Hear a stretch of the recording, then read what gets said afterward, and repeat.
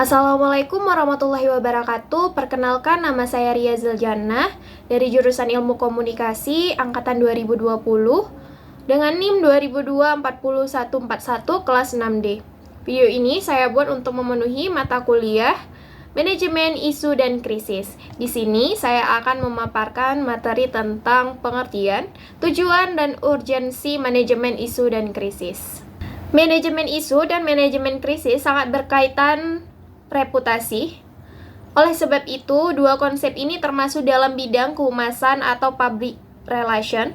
Seorang humas tidak hanya dituntut bisa menulis siaran pers, tapi juga menangani permasalahan yang berkaitan dengan reputasi.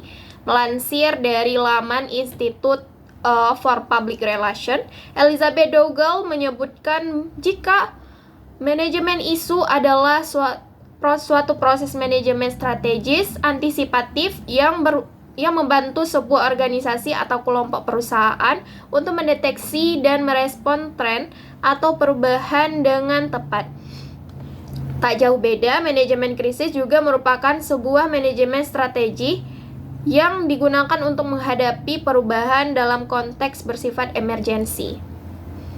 Manajemen isu berkaitan dengan masalah. Jadi, garis besar manajemen isu adalah manajemen masalah. Bagaimana cara organisasi atau kelompok atau perusahaan mengelola strategi dalam menghadapi sebuah permasalahan. Permasalahan atau isu-isu bisa bersumber dari kebijakan perusahaan, praktik bisnis, masalah sosial, isu lingkungan, atau perubahan lain di luar perusahaan. Tujuan utama manajemen isu adalah mengidentifikasi, menganalisis, merespon isu-isu tersebut dengan tepat dan efektif, sehingga dapat mengurangi dampak negatif yang mungkin akan diterima oleh organisasi, kelompok, dan perusahaan.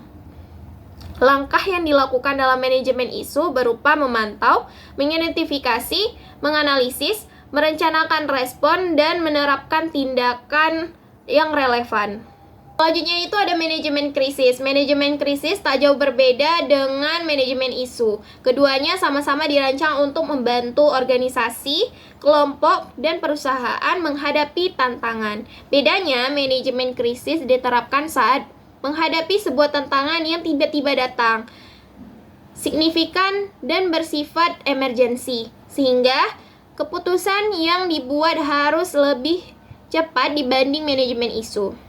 Sebuah krisis bisa muncul karena beberapa hal seperti bencana alam, kegagalan teknis, skandal, tindak kriminal, dan masalah lain yang dapat menimbulkan kerugian signifikan bagi keberlangsungan organisasi, kelompok, dan perusahaan.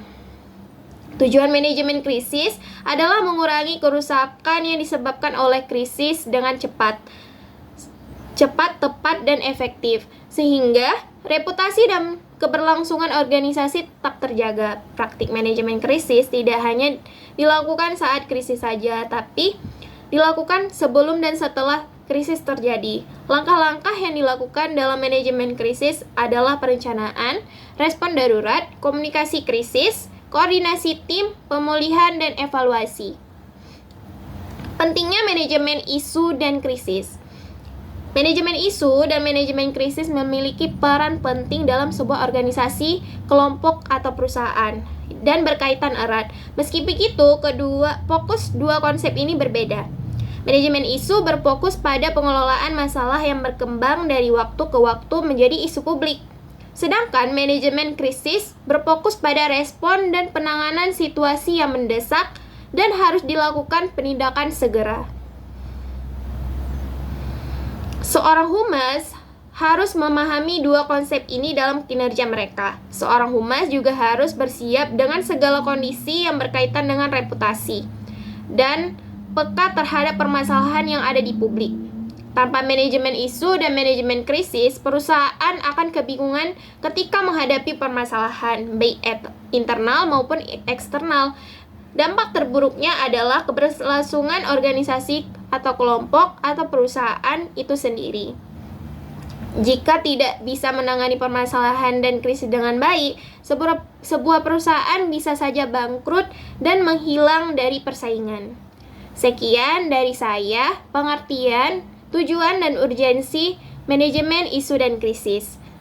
Sekian, Assalamualaikum warahmatullahi wabarakatuh.